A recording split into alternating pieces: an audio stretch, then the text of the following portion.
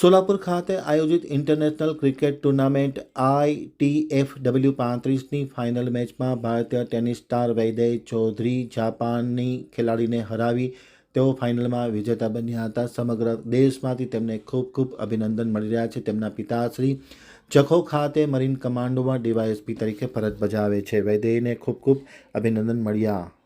હવે જોઈએ જખૌ આમતક ન્યૂઝ બ્યુરોનો એક વિસ્તૃત અહેવાલ. ભારતીય ટેનિસ સ્ટાર વૈદેહી ચૌધરી બની ચેમ્પિયન.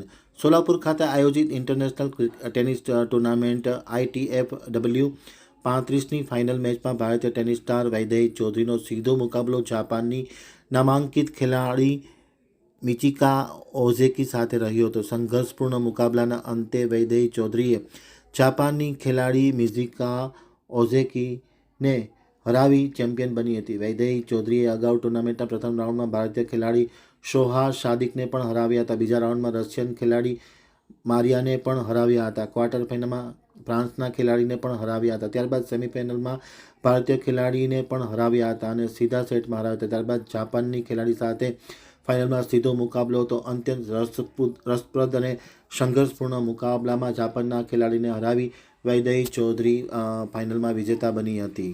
તેમને ખૂબ ખૂબ અભિનંદન મળી રહ્યા છે. અત્રે ઉલ્લેખનીય છે કે જખૌ ખાતે મરીન કમાન્ડોમાં ડીવાયએસપી તરીકે ફરજ બજાવતા ચૌધરી સાહેબની તે લાડકવાઈ પુત્રી છે અને ચેમ્પિયન થતાં તેમને ખૂબ ખૂબ અભિનંદન મળી રહ્યા છે.